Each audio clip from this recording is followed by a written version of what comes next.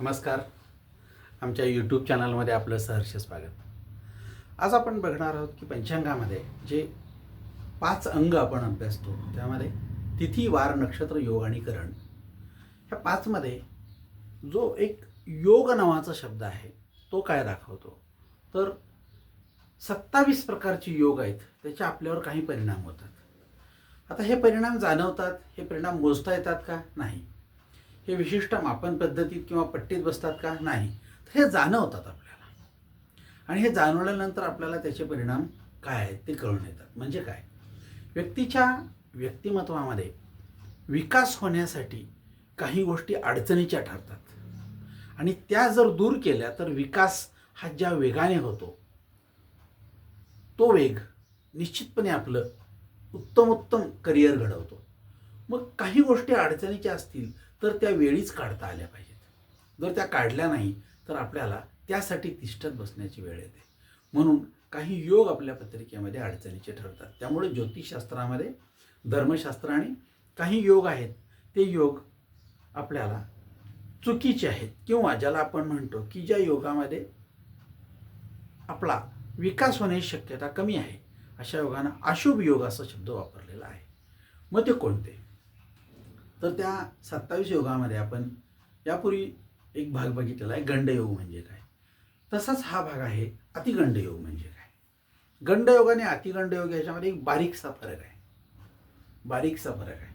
तो म्हणजे काय, तर गंडयोगात एक व्यक्तीला जी महादशा आणि तिची फळं 25 ते 40 ह्या वयोमर्यादामध्ये भोगावी लागतात. म्हणजे आपली दशा आणि महादशा यांच्यामुळे आपल्याला काही भोग हे वयाच्या 25व्या वर्षापासून 40व्या वर्षापर्यंत भोगावे लागतात. तसेच सगळे भोग हे अतिगंड योगामध्ये थोडेसे अलीकडे भोगावे लागतात. म्हणजे काय, तर 15 ते 30 या उमेदीच्या वयामध्ये भोगावे लागतात. होतं कधी कधी असं 7वा तास इंग्रजीचा शब्द पाठांतर केले नाहीत म्हणून आम्हाला छड्या मारणार आहेत. नेमकं काय होतं, तर 2रा तास सुरू होतो आणि ते शिक्षक नसतात, त्यामुळे 7व्या तासाचे शिक्षक आहेत ते 2रा तास घेतात आणि 2ऱ्या तासाला आम्ही छड्या खातो. होतं कधी असं.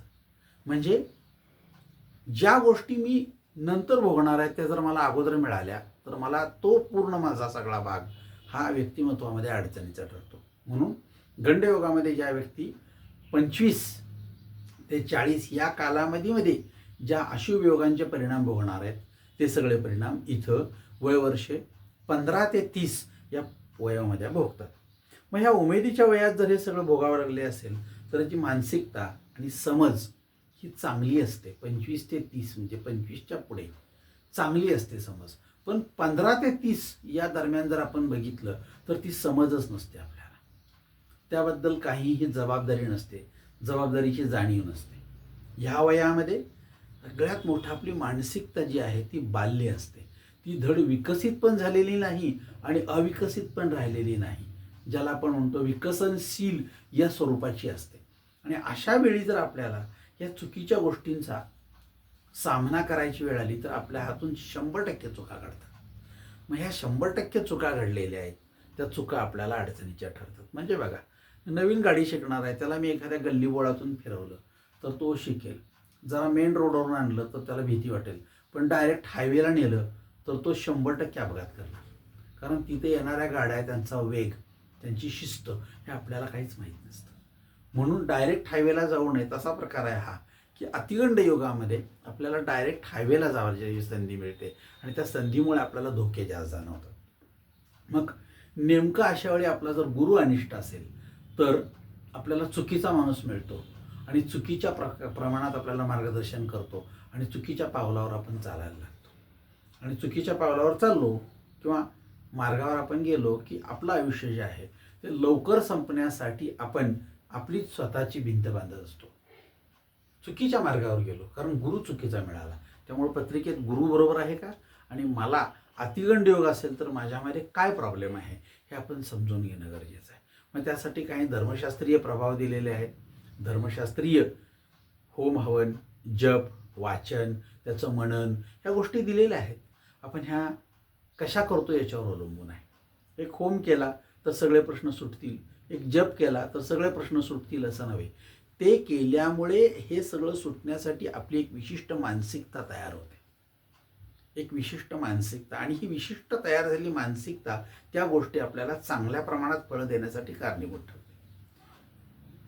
चांगल्या प्रमाणात शेतीची मशागत केली की मग पेरलेलं छान आपल्याला उगवलेलं, पण मशागत न करता पेरलं तर उगवेल, परंतु त्यातलं निम्मं सगळं जे आहे ते आमचं तण खाऊन जाईल, म्हणजे आपल्याला त्या प्रमाणात फळ मिळत नाही. तसाच प्रकार आहे हा. नेमका गुरु कुठं आहे याच्यावरती अवलंबून आहे. त्यामुळे आपल्या पत्रिकेमध्ये अतिगंड योग असेल तर आपल्याला दोष काय संभवतात आणि आपण काय केलं पाहिजे याबद्दल आपण विचार करूया एकदा. ज्यांच्या पत्रिकेमध्ये अतिगंड योग आहे त्यांना आम्ही सांगतो की जरा अतिगंड योगाची एक जनन शांती करून घ्या. काही वेळेला लोकांचा कल कसा आहे, स्वस्तात कुठं होतंय, कमीत कमी कुठं होतंय, नुसतं होम केला नव्हं मग बाकी सगळ्यांच्या बरोबर केला तर चालतोय का, ते सगळ्यांचंच आम्ही एकदम केलं होतं, ते त्यांच्याबरोबरच आम्हाला पण बसवलं. अरे शेजारच्याचं लग्न आहे, त्या मांडवात तू उभारून लग्न हार घातला असतं, तुझं लग्न झालं असं तू मानतोस का स्वतःला, खर्च किती वाचेल, तिथं नाही चालत. मग इथं मात्र तो अशा प्रकारे शॉर्टकट करतो आणि शॉर्टकट केल्यामुळे तुम्हाला त्याची फळं मिळणार नाहीत. ज्या प्रमाणात तुम्ही होम हवनाला सामोरं जाता त्याच प्रमाणात तुम्ही नंतर त्याचं सगळं काय केलं पाहिजे, फॉलोअप ठेवला पाहिजे. माझ्यात कोणता दोष आहे, तो दोष कमी करण्यासाठी मी काय केलं पाहिजे, माझ्यात काय बदल होणं गरजेचं आहे, तुमच्यात आतून बदल झाला पाहिजे. रोज तुम्हाला हा बदल व्हावा म्हणून सांगितलं गेलं असेल तर तो बदल उपयोगाचा नाही, तुमच्यात आतून बदल झाला पाहिजे. आणि हा जर आतून बदल झाला तर 100% तुमच्या व्यक्तिमत्वामध्ये सुधारणा होते आणि व्यक्तिमत्व उत्तम तऱ्हेनं बदलतं. मग तुमच्या व्यक्तिमत्वाला आकार देण्यासाठी केवळ धर्मशास्त्रामध्ये ह्या गोष्टी दिलेल्या आहेत आणि तो आकार मोजू शकत नाही. पण तुमच्यामध्ये त्रुटी आहेत का, 100% आहेत, परिपूर्ण कोणीही नाही. मग त्या त्रुटी कोणत्या आहेत हे समजून घेणं आणि त्या त्रुटींसाठी खरोखरच माझ्यात एक त्रुटी दाखवत आहे तर त्या गरजेचं आहे काय, तर त्या समजून घेणं आणि त्यासाठी मी काय करायला पाहिजे ह्या गोष्टी समजणं, ह्यासाठी सगळ्यात चांगल्या गुरुची गरज भासते. आपण बघूया की आपल्यामध्ये अतिगंड योगामध्ये काय होतं.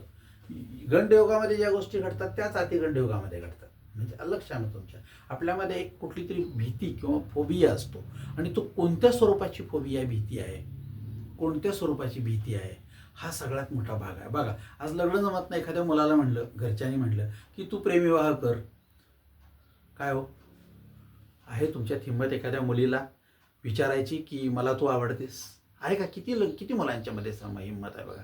लांब कशाला, एक साधा पुतळा उभा करा, पुतळा एखाद्या मुलीचा उभा करा आणि त्याला सर्वांसमक्ष जा आणि तिला जाऊन फक्त म्हण की मला तू आवडतेस. अहो, पुतळ्याच्या समोर जाऊन म्हणायची हिंमत नाही, ती मुलीच्या समोर जाऊन काय म्हणणार. हा फोबिया आहे, हा फोबिया आहे, ही भीती आहे मनामध्ये. मग याचं लग्न करून दिल्यावर बायकोचं काय, किती मोठे प्रश्न आहेत, विचार करा. मग अशा स्वरूपाची फोबिया, साधी भीती, भाजी आणायची भीती वाटते, चुकलं म्हणजे, फसवलं म्हणजे, मला त्यांनी चुकीचं गळ्यात घातलं म्हणजे, बघा ही फोबिया आहे. अशा प्रकारचा फोबिया आपल्या व्यक्तिमत्वाला आकार देऊ शकत नाही. म्हणून त्या फोबियांचा विचार केला पाहिजे. म्हणून आपण बघत आहोत की हे जे एकूण 27 योग दिलेले आहेत, ह्या 27 योगामध्ये काही योग असे आहेत की जे अशुभ मांडलेले आहेत आणि ते जर तुमच्या पत्रिकेत असतील तुम्हाला असं लक्षात येईल की ह्या अशुभ योगांचा आपल्यावर होणारा प्रभाव कमी करायचा असेल तर जाणीवपूर्वक कमी करायला पाहिजे. मी बसलो होतो, होम केला आणि इथं टिळा लावला आणि राख लावून घेतली अंगाला सगळ्या, प्रश्न सुटणार नाही. प्रश्न सुटणार आहे तो योग काय आहे, माझ्यामध्ये कोणती त्रुटी आहे, माझ्या पत्रिकेमध्ये तो चंद्र कुठे आहे आणि त्या घरामध्ये मला काय गमवावं लागणार आहे आणि कोणती गोष्ट गमवायची आहे मला किंवा गमावलेली आहे किंवा मिळणार नाही, ती गोष्ट मिळवण्यासाठी मी माझ्यात काय बदल केला पाहिजे आणि तो सातत्यानं करून मला ती गोष्ट मिळवली पाहिजे. हा ध्यास जोपर्यंत लागत नाही तोपर्यंत तुम्हाला तुमच्या व्यक्तिमत्वाला मस्तपैकी छानपैकी आपल्याला काय म्हणतो आकार देता येणार नाही. म्हणून अतिगंड योगामध्ये काय गमावतो तर ते खूप उशिरा गंडयोगामध्ये जे गमावं लागतं ते अतिगंड योगामध्ये फार लहानपणी गमावं लागतं. आणि लहानपणी गमावलं की आपली मानसिकता बदलून जाते आणि बदललेल्या मानसिकतेमुळे आपण जगाकडे बघायचं, माणसाकडे बघायचं, स्त्रियाकडे बघायचं, एखाद्या कामाकडे बघायची दृष्टी बदलते. दृष्टी बदलली की सगळी सृष्टी बदलते आणि मग जगण्यातला सगळा आनंद कमी होतो. म्हणून 10 वेळा विचार करा. आपण बघत आहोत त्याच्यामध्ये काय, अतिगंड योगामध्ये स्वतःबद्दलची एक भीती तयार होते, ॲक्टोफोबिया, स्वतःबद्दलची एक भीती तयार होते. मी स्वतः कोणी नाही, माझ्यात काहीतरी कमी आहे, मी चार चौघांच्यामध्ये जाऊ शकत नाही, चार चौघांच्या समोर बोलू शकत नाही, चार चौघांच्यासारखं शिक्षण घेऊ शकत नाही, चार चौघांच्यासारखं गाडी मारू शकत नाही. अहो एक बघा, एका स्त्रीच्या शेजारी एक लहान मूल बसलं होतं आणि ते तिचा पदर हातात घेत होतं आणि सारखं त्याला हात लावून फिरवत होतं. त्या बाईने विचारलं, काय रे तू हे का करतो सारखा? तर तो काय म्हटला माहिती का, एवढी सुंदर साडी मी कधी बघितली नाही, आमच्या आईला मिळणारच नाही, पण नुसता मी हात लावू का? हात लावून नुसतं जरा बघतो ना ताई, अरे 8-10 वर्षाचं मुलं आहे आणि त्या बाईंची साडी असेल 2-3 हजाराची, त्याच्या आईला 2-3 हजार म्हणजे महिन्याचं त्यांचं बजेट तेवढं असतं. मग त्यानं हात लावला. बघा, ही स्वतःबद्दलची भीती आहे. हे आपल्याला असलं मिळणार नाही आहे, पण मी मिळवेन असं म्हणण्याची हिंमत त्याच्यामध्ये तयार करणं, हा त्यातला फोबिया घालवणं. म्हणजेच काय, तर स्वतःबद्दलची एक भीती असते, मी कोणी नाही, मला जमणार नाही, मला कोण नाही, माझ्या पाठीशी कोण नाही, मी एकटा काय करू? एकटा तू सगळा जग पालतं घालशील, परंतु तुला ते जग उचलायची हिंमत यायला पाहिजे. तुझ्यामध्ये तेवढा काय पाहिजे, फोबिया कमी व्हायला पाहिजे. त्यामुळं स्वतःची भीती, ॲक्टोफोबिया. खूप लोकांना स्वतःबद्दल भीती असते, मला ते जमणार नाही, मला ते जमणार नाही. एखाद्याला सांगितलं उद्योग कर, नाही आपल्याला जमणार नाही. मग 5 लाख रुपये अमक्या पुढाऱ्याला देऊन मी तिथे शिपाई म्हणून नोकरी मिळवेन, पण मी व्यवसाय करणार नाही. आपल्यामध्ये स्वतःबद्दलची भीती आहे. किती लोकांच्या बद्दल आहे बघा. एक सिंधी मारवाड्याचा मुलगा कधी तुम्हाला नोकरी करताना, पैसे देताना आणि काहीतरी पैसे घ्या पण मला कुठं चिटकवा असं म्हणताना दिसत नाही. आपली मात्र माणसं, पैसे घ्या, आमचाच डिंक घ्या, पण कुठंतरी चिटकवा, कुठंही दगडावर चिटकवा, भिंतीवर चिटकवा, काचेवर चिटकवा, पण मला चिटकवा. म्हणजे काय, तर फोबिया आहे, मी व्यवसाय करू शकत नाही, मी अमकी गोष्ट करू शकत नाही, माझ्या हिमतीवर मी हे करू शकत नाही. हा फोबिया कमी झाला पाहिजे आपल्यातला, तरच आपल्यामध्ये निश्चितपणे बदल होईल. मग हा स्वतःबद्दलचा फोबिया, त्याला ॲक्टोफोबिया असं म्हणतात. जेव्हा प्रथम या घरामध्ये चंद्र येतो तेव्हा हा ॲक्टोफोबिया माणसामध्ये कार्यान्वित होतो आणि जसा तो पुढे पुढे जाईल तसा तो वाढत जातो. एकदा भरपूर वाढला की मग तो हात असे गाळून, हात बंद करून, नाही हो काय मला करता येत नाही, मग अचानक काय होत नाही हो असं म्हणायला लागतो. आणि मग ही भाषा, तो चेहरा, तो चेहऱ्यावरचा भाव, त्याचं बोलणं, त्यामधली आर्द्रता, हा सगळा बघितल्यानंतर हा माणूस कोमेजून गेलेलं फूल आहे असं वाटायला लागतं आपल्याला तरुण वयामध्ये. हा भाग त्याच्यामध्ये दिसतो. निर्णय घेण्याची भीती. 2, चंद्र जेव्हा द्वितीय स्थानात येतो तेव्हा डेसिडोफोबिया म्हणतात त्याला. निर्णय घेण्याची भीती तुमच्यामध्ये काय होते, निर्णयच घेऊ शकत नाही, काय मी कुठलाच निर्णय घेऊ शकत नाही असं जर असेल तर निर्णय घेण्याची क्षमता असल्यामुळे अभाव आहे आपल्यामध्ये. मग त्या अभावापोटी आपण व्यवसायात का पडत नाही, तर निर्णयाची क्षमता नाही. व्यवसायामध्ये आपल्याला झटझट निर्णय घ्यायची क्षमता असली पाहिजे. आपल्याला प्रत्येक गोष्ट जर विचारून करायची सवय असेल तर आपण अडचणीच आहे. बघा, नोकरीमध्ये ते असतं, काय आपण करायचं आहे साहेबांना विचारायचं, अमका काय साहेबांच्याकडे टाकलायचं, त्यांना विचारा, हे ह्यांना विचारा, ते त्यांना विचारा, मला काय जमत नाही. म्हणजे आपल्यात निर्णय घेण्याची क्षमता आहे म्हणून आपण नोकरीत जातोय. जर हीच नोकरीत जाण्यापेक्षा व्यवसायात गेला तर तुमच्यामध्ये निर्णय घेण्याची क्षमता असल्यामुळे तुम्ही पटापट व्यवसाय निर्णय घेऊन वाढवू शकता. नोकरीत तसं नाही, निर्णय घ्यायचाच नाही. काय असेल तर साहेबांना विचारा, हेड ऑफिसला पाठवलं त्या अमक्याला विचारा, मला काय जमत नाही. ह्या पद्धतीमुळे आपण मागे राहणार आहोत. तिसरा म्हणजे, तिसऱ्या नंबरमध्ये चंद्र असेल तर विशिष्ट कृती न करण्याची, म्हणजे अमका हे मला जमणार नाही. साधं म्हणलं तुम्ही की अमका एक सावं लांब कशाला. ग्रॅज्युएट झालेल्या मुलाला तुम्ही फक्त म्हणा तुझा दाखला घ्यायचा आहे शाळेतून आणि तुला दुसरीकडे जायचं आहे, कॉलेज संपताना TY BA BCom BSCतून दाखला मागायचा आहे, साधा एक अर्ज कर कायद्यावर की मान्य प्राचार्य अमका कॉलेज अमका आणि खाली मला दाखला मिळण्याबाबत, माझं शिक्षण पूर्ण झालं असून मी अमका विद्यार्थी आहे आणि मला माझा दाखला द्यावा, मला उच्च शिक्षणासाठी तो पाहिजे. 4 ओळीचं पत्र आहे. किती लोक लिहितात, नाही हो मला जमणार नाही. हा फोबिया आहे. काय शिक्षणाचा उपयोग आहे आपल्या, म्हणून तो विशिष्ट कृती न करण्याची टोपोफोबिया. काहीही नाही, कुठेही गेलो तर अर्ज ते तुम्ही लिहून द्या. 2 ओळीचा अर्ज आहे. साधं नगरपालिकेमध्ये दाखला काढायचा जन्माचा, 2 ओळीचं पत्र आहे. अमक्या व्यक्तीचा जन्म झाला असून अमकी तारीख, अमका ठिकाण, अमका दाखला मिळावा. तिथे बसलेले बाहेर लोक असतात, ते म्हणतात थांब मी तुला लिहून देतो, मला 50 रुपये दे. त्याला 50 रुपये देऊन तिथं लिहून घेतील, परंतु स्वतःच्या शिक्षणाचा उपयोग होणार नाही. विशिष्ट कृती न करण्याची आमची क्षमता इथं वाईट आहे. त्यानंतर पुरुषांची भीती असणं, ॲड्रोफोबिया. काही व्यक्तींना पुरुषांची भीती आहे. एखादा उमदार दमदार पुरुष बघितला की त्याच्या पुढे अहो लांब कशाला, त्यांच्या पुढे जाऊन 2 मिनिटं बोलायची सुद्धा अवघड भास. उत्तम चांगला गोल्ड मेडल झालेला माणूस जेव्हा इंटरव्ह्यूला येतो तेव्हा तिथं सगळे बसलेले पुरुष असतील, सगळे बसलेले पुरुष असतील आणि ते प्रश्न विचारतात. आपल्याला येतंय सगळं, नाही आलं तर सोडतील आपल्याला बाहेर, मारणार नाही, भीती दाखवणार नाही, अटक करणार नाहीत, काहीही नाही आहे. अगदी घामीघूम झाला तर तुम्हाला उलटं ग्लासमध्ये पाणी देतील, पाणी घ्या, बसा, घाबरू नका, तेच तुम्हाला म्हणतात. तरीसुद्धा आपण तिथे घाबरतो. आपल्यात फोबिया असतो. कोणता फोबिया असतो? पुरुषांची भीती. काय विचारतील, काय करतील, काहीही नाही. तुझ्यापेक्षा ते जास्त बुद्धिमान नाहीत हे लक्षात ठेव. तुझ्या इतकीच बुद्धी असेल, फक्त थोडासा अनुभव असेल, ते काहीतरी विचारतील. तुझ्याकडे जेवढं आत्ता ज्ञानाचं भांडार आहे तेवढं त्यांच्याकडे नाही आहे. पण नेमकं त्याने एखादा प्रश्न विचारला तर आपल्याला येत नसेल किंवा आपल्याला अपुरा येत असेल तर आपण तो न सांगता आपल्याला मला येत नाही असं स्पष्ट सांगू शकतो. काय मारणार आहेत? परंतु आपल्याला ती भीती आहे. त्यामुळं स्त्रिया सगळ्या असतील आणि त्यामध्ये जायचं आहे तर आपल्याला फार अवघड होतं. बघा तुम्ही, 10 स्त्रिया डान्स करतात, एखाद्या मुलाला सांगितलं मध्ये जाऊन डान्स कर, नाही तयार होतो. स्त्रियांची भीती आहे म्हणतो, मला मारणार आहेत का रे, एवढे 100 लोक समोर आहेत की, पण नाही होत असं. हा फोबिया असतो आपला. त्यामुळं आपल्यामध्ये काय होतं तर म्हणजे पुरुषांची भीती तयार होते, न शिकण्याची. मी शिकणार नाही, एखादी गोष्ट शिक म्हणलं की शिकणार नाही. ज्या कालावधीमध्ये नवीन कॉम्प्युटर आलं आणि नवीन कॉम्प्युटर आल्यानंतर शासनानं सांगितलं की प्रत्येकानं कॉम्प्युटर शिकणं गरजेचं आहे, CRT करून घ्या. त्यासाठी शासन पैसे द्यायला तयार आहे तुम्हाला. तुमच्या ऑफिसच्या वेळातून वेळ काढायचा, झाला की 1 तास रोज जाऊन शिकायचं. 3 महिन्यात तुमची परीक्षा पास झालं, सर्टिफिकेट द्यायला पाहिजे. बघा तुम्ही, काय हे कटकट, काय हे आता आम्हाला असलं, कशाला डोकेदुखी आम्हाला, म्हणून लोकांनी ते केलं नाही.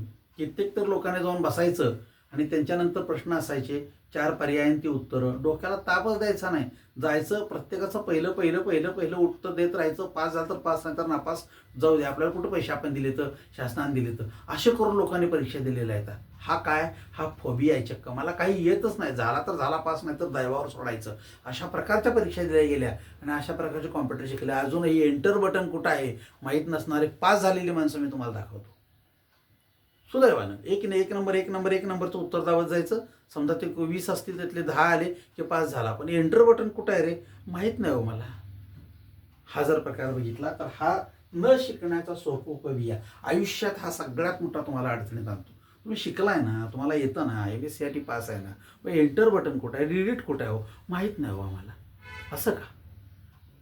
असं जर विचारलं तर तुमची सगळी आबरू नसलेली जायची लक्षणं आहेत. म्हणून 10 वेळा विचार करा की आपल्याला सगळं आलं पाहिजे. आज कित्येक लोकांच्याकडे डिग्री आहे पण नॉलेज नाही. डिग्री आहे, सगळं येतं, पण नॉलेज नाही. असं जर असेल तर त्या लोकांना एक फोबिया आहे, भीती आहे. मेकॅनिकल इंजिनियर झाला परंतु त्याला एखाद्या गोष्टीचं मीटर डायमीटर काढता येत नाही. सिव्हिल इंजिनियर झाला पण त्याला एखाद्या गोष्टीची लांबी रुंदी आणि त्याचं क्षेत्रफळ काढलं तर हे अमकं स्क्वेअर फुटात किती आहे, स्क्वेअर मीटरमध्ये किती आहे, नाही काढता येत त्याला आजही. का तर तो झाला, डिग्री मिळाली, नॉलेज आलं, परंतु नॉलेज ॲप्लिकेबल नसेल तर आपल्याला अडचण येत. खूप प्रकार मोठा असा आहे की आपल्याला ते सगळं जमतं पण डिग्री मिळाली असते कोणाच्या तरी कृपेनं आणि नॉलेज नसतं. त्यामुळे न शिकण्याची भीती, सोपोफोबिया आयुष्यामध्ये अडचणीत आणतो. घाणीची किंवा मलची भीती, मायसोफोबिया. घाणीची, एखाद्या गोष्टीची ह्याची घाण, हे अमकं नको, ते अमकं नको, ते तमकं, असं करत राहतो आपण. बघा तुम्ही, आयुक्तांच्या गाडीवर ड्रायव्हर म्हणून काम करणारा माणूस आहे, त्याची जर बदली झाली आणि कचऱ्याच्या गाडीवर नेमलं तर तो नोकरीला तयार होत नाही. आत्ता आयुक्तांच्या गाडीवर हे छान पॉश मस्त वास बीस सगळा होता, मग कचऱ्याच्या गाडीवर नको वाटते, मैल्याच्या गाडीवर नको वाटतंय, ते रस्त्यातनं घाण डबर काढतात त्याच्या गाडीवर नको वाटतंय. का रे बाबा तुला नको वाटतं? ड्रायव्हर म्हणूनच काम करायचं ना. सोफोफोबिया, काय म्हणतात, मायसोफोबिया, म्हणजे घाणीची मला भीती वाटते, मला नोकरी नको पण मी सोडून देईन, असा प्रकार त्यामध्ये दिसतो. स्त्रियांची भीती, गायनोफोबिया. 4 स्त्रियांच्या मध्ये बसणं, 4 स्त्रियांच्या बरोबर बोलणं, एखाद्या मुलींच्या स्कूलमध्ये नोकरी करणं, हा सुद्धा लोकांना आज अडचणीचा भाग वाटतो. नको मला सगळ्यांच्या मुली हसतात, मला बघा, माझं हे वैगुण्य, मला हे अमकं येत नाही, मला तमकं येत नाही, असं लक्षात आलं की आपोआप त्यांच्यामध्ये हा फोबिया तयार होतो आणि माणूस त्यातून बाहेर पडायला लागतो. फोबिया काढायला शिकलो पाहिजे. हा फोबिया तुम्हाला आयुष्यावर त्रास देतोय. काही लोकांना विवाहाचीच भीती आहे, गॅमोफोबिया. लग्न नको, संसार नको, हा सगळा प्रकार नको, एकूण सगळेचे सगळे असेच. अरे पण तू आईच्या हाताखाली शिकलास, तुझ्या घरात बहीण होती, तुझ्या घरात आजी होती, हे सगळं होतं, नाही ते सगळं असेल तरी पण नको मला. बाईचं तेवढी भीती वाटते बघा मला, असा म्हणणारा एक फार मोठा वर्ग बाजारामध्ये आहे आणि त्यामुळे आपल्याला पंचायत पडते की आपण करायचं का नाही. बघा तुम्ही, काही वर्षापूर्वी पुरुषांची भीती, स्त्री म्हणून कंडक्टरच्या परीक्षेला कधी कुठली मुलगी बसलेली आहे? नको बाबा, सगळे पुरुष असतात. म्हणून आत्ता यायला लागलेत, मागे नव्हतं. ड्रायव्हर म्हणून कुठली मुलगी आपल्याला काम करताना दिसत होती मागे? नाही. आज सगळ्या मुलींनी ड्रायव्हर शिकले आणि एसटीला वगैरे काम करू शकतात त्या स्वतः. पण मागे नव्हतं, ते फोबिया आहे. आपण कशामुळे स्त्री असतात तो कुठं ड्रायव्हर, आपला फोबिया आहे. हा फोबिया जो आहे तो आपल्याला एकतर पुरुषांची भीती असणं किंवा स्त्रियांची भीती असणं, अशा प्रकारचे फोबिया आपल्यामध्ये असू शकतात. त्यानंतर एकाकीपणाची भीती आहे. मी एकटा कसा एखादी गोष्ट करू, एकाकीपणाची भीती आहे. मी एकटा एखादी गोष्ट करू, माझ्याबरोबर कोणतरी पाहिजे. म्हणून साधं सहज कामाला बाहेर निघालं तरी सुद्धा कोणतरी बरोबर आपल्याबरोबर असावं असं आपल्याला वाटतं. गरज आहे का त्याची? नाही. एकटा तुम्ही सगळ्याला पुरवणारा पुरेसा आहे. भाग्योदय व्यक्तीला अंधाराची भीती वाटते, नायट्रोफोबिया. एकटा बाहेर जायला नको वाटतो, म्हणून रात्रीचं 9चं शो 12 वाजल्यानंतर एकटा घरी येणं टाळणाऱ्यांचा फार मोठा वर्ग आहे. भीती वाटते. मग ती भूताची भीती असेल, एकट्याची भीती असेल, कोणी लुटण्याची भीती असेल, मारहाणीची भीती असेल, कुणी आपल्याला त्रास देण्याची भीती असेल, अंधाराची भीती असेल, हा भीती असणारा फार मोठा वर्ग आहे. त्यामुळे तो 7च्या आत घरात हा स्वरूप त्याच्यामध्ये असतं. आपल्याला फार मोठा अडचणीचा भाग तो म्हणतो. एकट्याला जर कधी सांगितलं रात्री 9 नंतर 10 नंतर जरा स्मशानात जाऊन येते, काय कोण गमकं वारलंय जरा तिकडे, रात्री मी तिकडे जात नाही बाबा, भीती वाटते, भूतं येत असतात. आपल्याला ही रात्रीची भीती असते म्हणून आपण तिथं जात नाही. आपल्याला भाग्योदय म्हणजे अंधाराची भीती का, तर आयुष्याच्याच अंधारामध्ये आपल्याला भाग्योदय शोधायचा असतो, पण आपल्याला ते सांगितलेलं नसतं. आयुष्याचा संपूर्ण पुढा अंधार आहे, उद्या माहीत नाही काय आहे मला माहिती, उद्याचा दिवस दिसणार आहे का नाही मला माहीत नाही, पण त्या अंधारामध्ये मला भाग्योदय शोधायचा असेल तर प्रत्यक्ष पृथ्वीवरचा अंधार जो आहे तो तर किरकोळच आहे. आयुष्याच्या अंधारात आपण शोधणार आहोत, मग पृथ्वीवरच्या अंधाराला भ्यायचं नाही. हे जेव्हा तत्व कळतं, जेव्हा तुम्हाला चांगला गुरु मिळतो, तेव्हा तुमच्या आयुष्याचा भाग्योदय लवकर होऊ शकतो. त्यामुळे तुम्हाला ह्यातून बाहेर पडायचं असेल, एखाद्या कामाची भीती आहे, इर्गोफोबिया, कामाची भीती. एखादं काम करायचं आहे, मला जमत नाही, मी हे काम करणार नाही, मला ते जमत नाही, असं आपण जेव्हा म्हणतो तेव्हा फार पंचायत होते. बघा, मी नेहमी असं एक उदाहरण देतो की एक मुलगी अशी म्हणली एकदा आईला की आई मला पुरणपोळ्या शिकव. मोठी झाली, लग्न झालं होतं, सगळं झालं होतं. आई म्हणली नको गं, तसलं नाही शिकायचं आपण. का गं? नको, डाळ खाल्ली ना की अगं पोट फुगतं आणि पोटाला त्रास होतो आणि गॅसेस होतात. मग म्हणून पुरणपोळी करूच नाही का आपण घरामध्ये, आपल्या लोकांचा त्रास होतो. प्रत्यक्षामध्ये वास्तव असं होतं की हिलाच पुरणपोळी येत नव्हती. म्हणजे काय आहे, तर एखाद्या कामाची भीती हा जो भाग आहे, मला हे जमतच नाही आहे, मी कधी केलंच नाही आहे ते, त्यामुळे मग तू शिक, कुणाकडे तरी जाऊन शिक, ही नाही, तू पण करू नकोस, मला जमत नाही तू पण करू नकोस. हा जो भाग आहे एखाद्या कामाचीच भीती असते, म्हणून आपण ते काम टाळतो. मग एखादं काम टाळलं की ते टाळण्याकडेच कल राहतो आणि त्या कामाचा पूर्ण आपल्याला विसर पडायला लागतो. आणि जेव्हा ते समोर पुढे येऊन दत्त म्हणून उभं राहतं तेव्हा मात्र आपली बोबडी वाढायला लागते. त्यामुळं कोणत्याही कामाचा आपल्याला जर समजा येत नसेल तर शिकून घेणं हाच मोठा भाग आहे. त्याची भीती बाळगून ते सुटत नाही. त्यामुळं कामाची भीती, खूप लोकांना कामाची भीती हा सगळ्यात मोठा त्रास आहे, सगळ्यात मोठा त्रास आहे. कामाची भीती, मला काम पाहिजे पण मला त्यातली भीती नको आहे. मला MECBीत काम पाहिजे पण डांबावर चढायला नको आहे. खाली काय आहे का सांगा, ऑफिसमध्ये काय सांगा, बाकी काय नको आहे मला. असं जर असेल तर एखाद्या व्यक्तीला कामाची भीती असेल. जबाबदारीची भीती आहे, हायपरजियाफोबिया. म्हणजे काय, जबाबदारी कुठली नको आहे, जबाबदारी कुठली नको. असं जर असेल तर आपण टाळतो. बघा, आमच्याकडे एक पात्र होतं, सर तुम्ही आज ह्या मुलांची सहल घेऊन जायला पाहिजे बघा 3 दिवसाची. नाही नाही नाही नाही, मला त्रास व्हायला, मी जाणार नाही, मला भीती वाटते, पोरं ऐकत नाहीत बाहेर गेलो. बरं, मग परीक्षेची संपूर्ण जबाबदारी घ्याल का तुम्ही? नाही नाही नाही, मला ते जमत नाही, का सगळा गोंधळ असतो सगळा. बरं, मग गॅदरिंगची जबाबदारी घ्याल का तुम्ही? नाही, ती पोरं कसलो काय असतं, मला त्यातलं काय कळत नाही, मला गाणं म्हणतात नाही. तुला कुठं म्हणायचं आहे गाणं? नाही, मला काहीच नको, जबाबदारीची जाणीव नको. जबाबदारी दिली म्हणलं की यांचा रजेचा अर्ज आलाच. का? अहो ते झोपून आहेत. डॉक्टर सर्टिफिकेट, आपल्याकडे डॉक्टर खोटं सर्टिफिकेट द्यायला तयार आहेत, पाहिजे तेवढे लोकांना, आणि ते घ्यायचं, जोडायचं, रजा काढायची, सगळं झाल्यानंतर जायचं. काय झालं होतं? काय नाही, मला भीती वाटत होती. हा सगळ्यात मोठा ड्रॉबॅक आज आपल्याकडे दिसतो. आणि जबाबदारी कुठलीच नको आयुष्यामध्ये. पोराबाळांची तर घ्याल का नाही निदान, लग्न केलं होतं बायकोची तरी, कशी घेता नशीब. आणि काय तुमच्या पुढं वाढून ठेवलंय. आणि उलटं असेल खरं तर, ते बायकोच जबाबदारी ह्यांची घेत असते आणि हा म्हणतो मी सगळं केलंय, नाव मात्र याचं. हा सगळा प्रकार प्रचंड मोठ्या प्रमाणात समाजामध्ये आज हा भाग दिसून येतो आपल्याला. सगळी जबाबदारी, मला हे नको, मला ते जमत नाही बाई, मला ते जमत नाही बाबा. बाबा आणि बाई हा जर प्रकार विचार केला तर जबाबदारीची भीती, हायपरजियाफोबिया हा सगळ्यात मोठा ड्रॉबॅक आज समाजामध्ये दिसतो आपल्याला. त्यानंतरचा भाग आहे तो म्हणजे अपरिचित व्यक्तींची झोनोफोबिया. अपरिचित व्यक्तींची.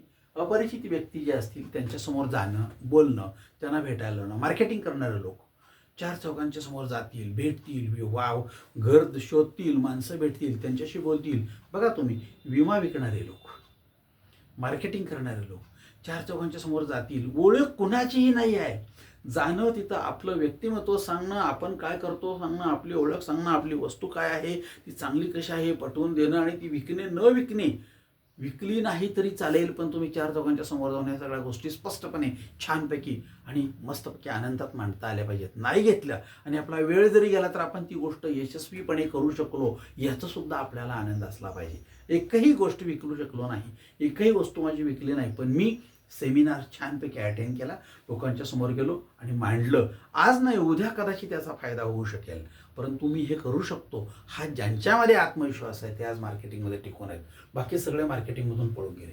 मला बोलता येत नाही, मी बोलू कसं, मला माहितीच नाही, लोक काय म्हणतील, अमकंच आहे तमकंच आहे, ह्या सगळ्या गोष्टी आहेत. हा प्रकार आहे तो अपरिचित व्यक्तींचा. अपरिचित व्यक्तींसमोर बोलणं आणि त्यांच्यासमोर काय करणं, हा जेनोफोबिया, हे सगळे फोबिया आपल्यामध्ये आहेत आणि आपल्या व्यक्तिमत्वाला काय करतायत, अडचणीत आणतायत. काही वेळेला उलटं होतं, काही वेळेला उलटं होतं म्हणजे एकाच व्यक्तीमध्ये दोनापेक्षा जास्त फोबिया असतात, मग तर त्याच्या व्यक्तिमत्वाची चटणीच. हा जर प्रकार बघितला आपण तर असं लक्षात येईल की व्यक्तीच्या व्यक्तिमत्वामधले हे सगळे दोष जर घालवायचे असतील तर आपल्याला ह्याचा अभ्यास करायला पाहिजे. आणि दुसरा जगात कुठलाही अभ्यास शिल्लक नाही, कुठलंही असं मशीन नाही की त्यामध्ये या मशीनला व्यक्तीला घातल्यानंतर त्याचा नेमका फोबिया कुठला आहे चांगणारं मशीन आलं नाही. धर्मशास्त्रामध्ये, ज्योतिषशास्त्रामध्ये व्यक्तीच्या व्यक्तिमत्वाचा अतिशय सुंदर अभ्यास केला आहे की ज्या व्यक्तिमत्वामध्ये त्याला चमकून मस्तपैकी कोळशापासून हिरा तयार करण्याची क्षमता आहे. परंतु आपण त्याच्याकडे बघतानाच कोळशाकडे म्हणून बघितलं तर त्याचा हिरा होणार कसा? तुम्हाला हिरा करायचा आहे का नाही, का कोळसाच ठेवायचा, का पुढं करायची आहे, याच्यावरती अवलंबून आहे. त्यामुळं गंडयोग हा जो प्रकार आहे तो काय तो समजून घ्या. जर तुमच्या कुंडलीत असेल तर तो दोष काय आहे तो बघून घ्या. दोष असेल तर तो काढण्याचा प्रयत्न करा. त्यासाठी धार्मिक तत्व काय सांगितलं असेल, जप सांगितलं असेल, वाचन सांगितलं असेल, होम सांगितलं असेल, तो छान करून घ्या. छान करायचा म्हणून केला नव्हे. आणि त्यानंतर तो काय तो समजून घेतल्यानंतर माझ्यात काय बदल करू, मी माझ्यात काय बदल केल्यामुळे या सगळ्या गोष्टी मला चांगल्या होऊन मिळतील, ह्याचा एकदा ध्यास घ्या. यासाठी चांगला गुरु निवडा आणि त्या गोष्टी जर घेतल्या तर तुम्हाला अतिशय अल्पावधीमध्ये ह्या सगळ्या गोष्टी मिळतील आणि त्याचा तुमच्या आयुष्याला आनंद होईल आणि तुम्ही असता आनंदाने उत्तम चांगलं जगू शकाल. हा या गंडयोगामध्ये मिळणारा आपल्याला संदेश असेल. प्रयत्न करा. ज्यांच्या कोणाच्या पत्रिकेमध्ये असं असेल तर टाळण्यापेक्षा त्या गोष्टी करून छान जगण्याची संधी आपण घ्यावी. आपण तसं न करता आपण उलटं करतो.